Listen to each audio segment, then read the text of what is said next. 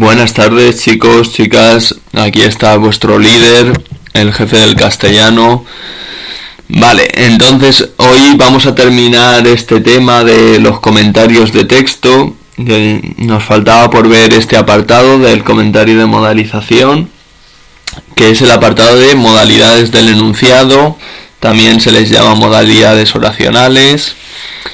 En fin, es un tema que de alguna manera o de otra ya habéis visto en otros cursos, así que espero que este vídeo sea un poco más breve que los demás y no daros mucho la chapa porque, bueno, pues ya con las actividades y todo lo que tenemos que hacer ya tenemos suficiente.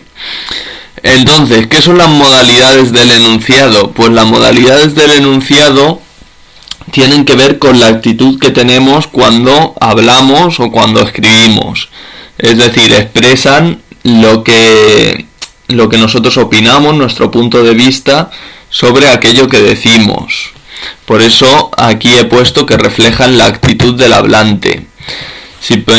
Aquí os he puesto 4 ejemplos, 4 oraciones. Como veis, las 4 oraciones tienen el mismo contenido, ¿sí? Pero la forma en la que están expresadas, es decir, su modalidad es distinta.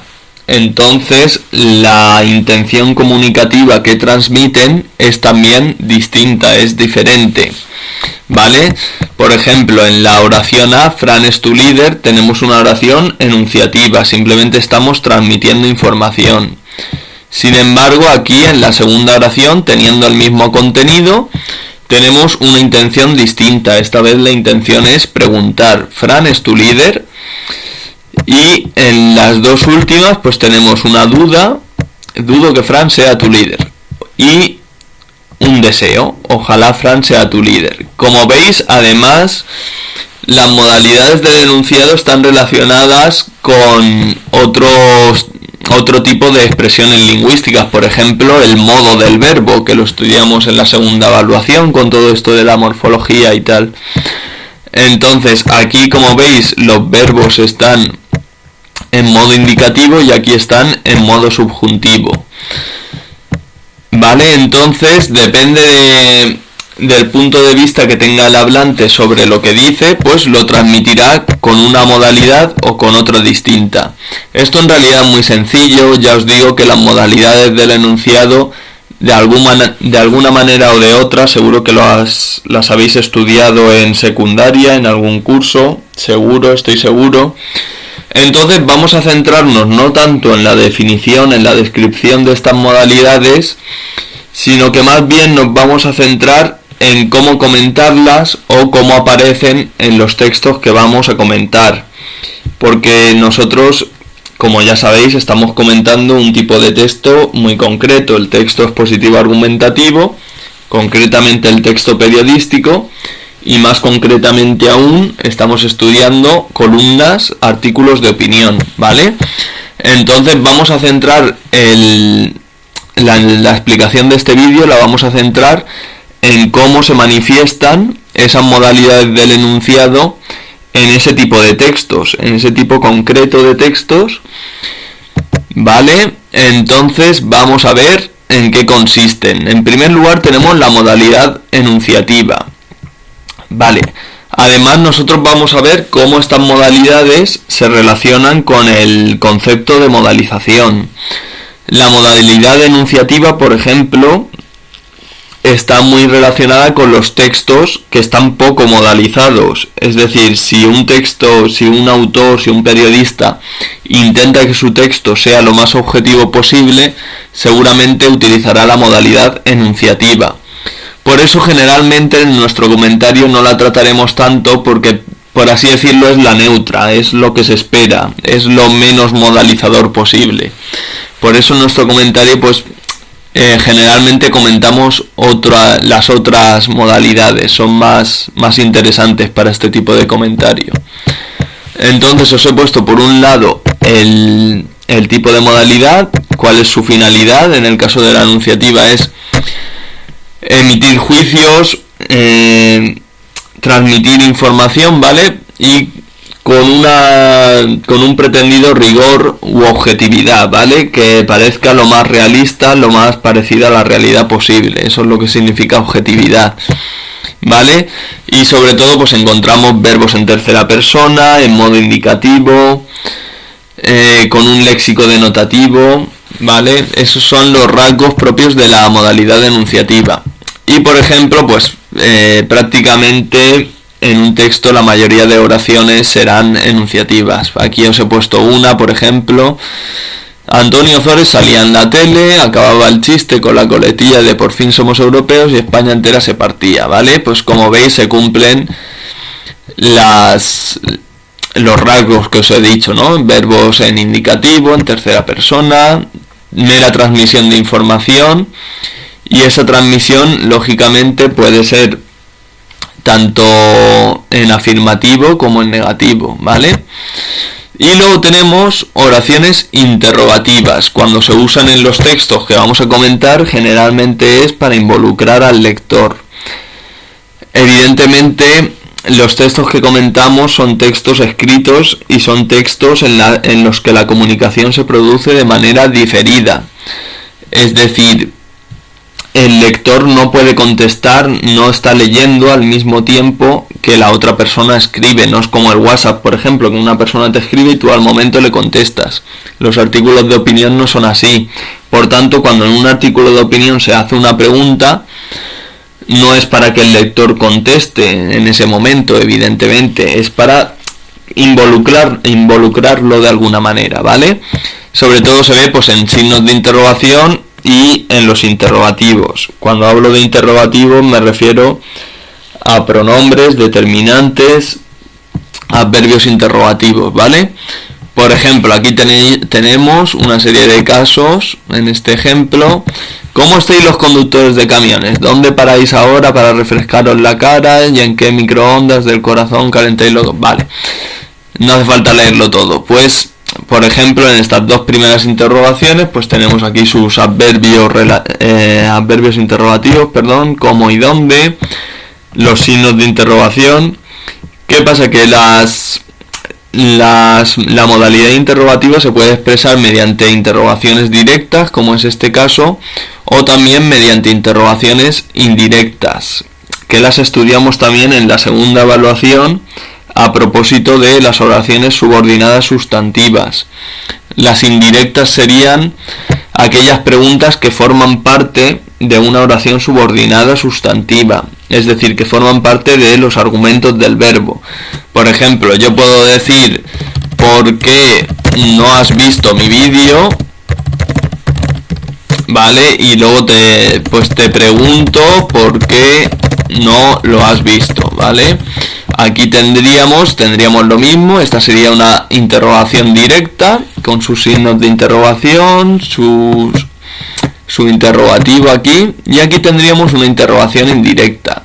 He puesto primero el verbo, ¿vale?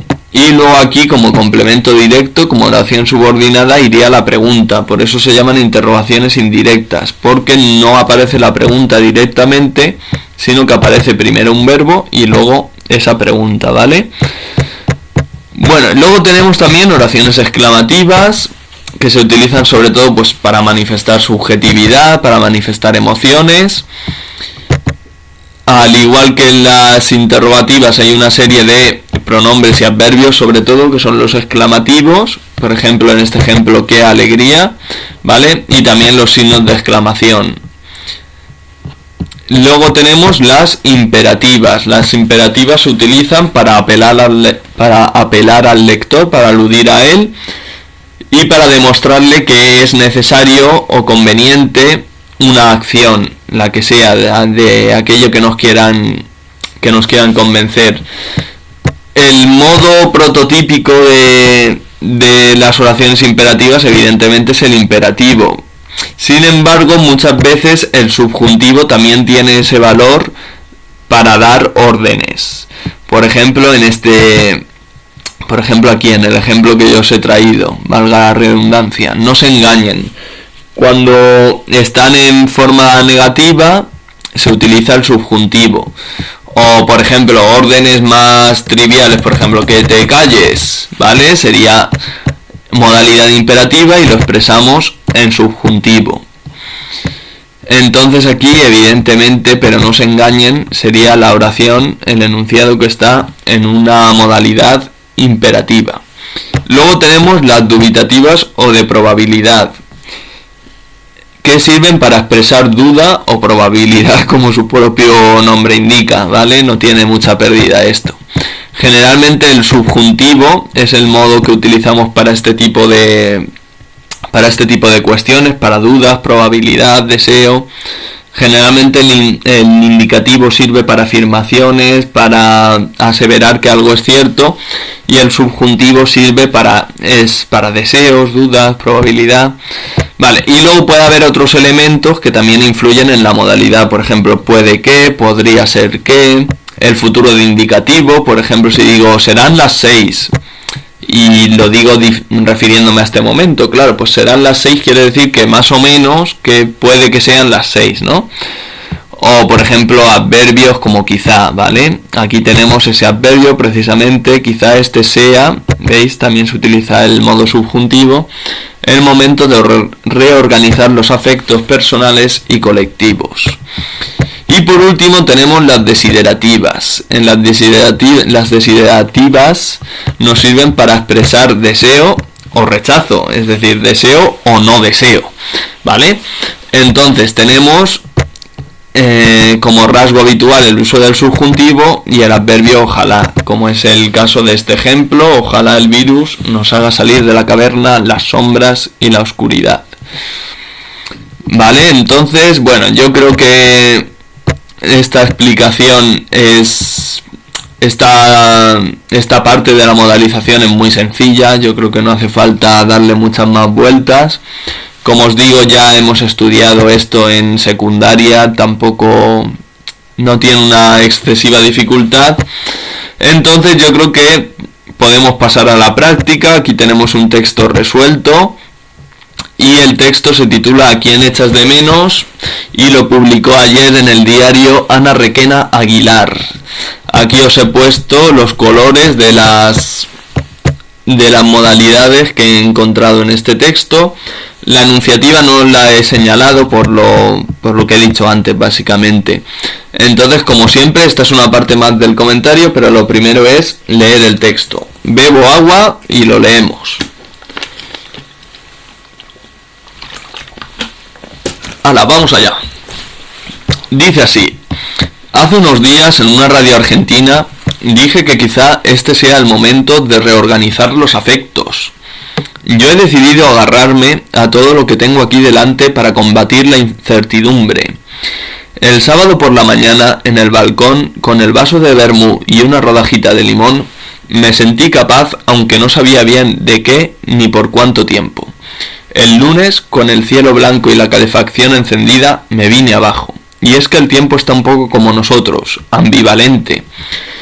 Quizá quiera demostrarnos que es verdad eso de que después de la tormenta viene la calma, o que en toda oscuridad hay algo de luz, o cualquiera de esos otros tópicos tan manidos, pero tan socorridos en estos tiempos. O quizás que la ambivalencia está en la naturaleza y en nosotros, y ni siquiera tiene sentido diferenciar porque es lo mismo, aunque nos hayamos olvidado. ¿Veis? Hasta el momento aquí lo que destaca es la modalidad dubitativa con el adverbio quizá, el adverbio de duda, y también tenemos verbos en subjuntivo, ¿vale? Sea, quiera. Vale, entonces aquí llama la atención que la autora está presentando sus opiniones en forma de duda. Eso es muy curioso, luego lo trataremos en el comentario. Y aquí también tenemos, aunque no es realmente muy decisivo de hecho creo que no lo he incluido en el comentario, pero bueno, tenemos una interrogativa indirecta. ¿Veis? Tenemos el verbo y luego aquí el pronombre interrogativo que forma parte de otra oración distinta. Por eso decimos que es una interrogación indirecta. Pero bueno, vamos a seguir leyendo. Y nos habíamos quedado por aquí. Puede que sea el momento de repensar y organizar los afectos. Otra vez tenemos una modalidad dubitativa con el puede que, y aquí el verbo en subjuntivo. Los tiempos, las maneras, los prejuicios, hasta los miedos, las personas. Que luego viene una pandemia y nos barre todo. ¿A quién echas de menos? ¿Con quiénes te imaginas el abrazo cuando termine todo esto? ¿A quién quieres besar? ¿Quién está? ¿Qué sobra? ¿Cómo estás? ¿Vamos a seguir haciendo cosas? ¿O estando con personas que solo nos gustan a medias? ¿Hay otra forma de ordenar todo esto? Vale, como veis, estas son preguntas retóricas. Este es un recurso muy habitual en un artículo de opinión. No son preguntas para que las responda el lector en ese momento, básicamente porque es imposible. Simplemente pretenden que el lector reflexione, mover a esa reflexión del lector. Además, son unas reflexiones muy interesantes. Espero que os estén sirviendo de algo en vuestra vida cotidiana. También sirve para los afectos colectivos. En lugar del lenguaje de la guerra podríamos hablar el lenguaje del cuidado. Mejor vulnerables que imbatibles todo el rato. Mejor cuidándonos que peleando contra nadie. Mejor reconociéndonos como una red que se teje y que necesita de todos los hilos, que como soldados que libran batallas individuales con heroicidad. Mejor decir que tenemos miedos que seguir ocultándolos constantemente bajo la capa de la valentía. Mejor lo común.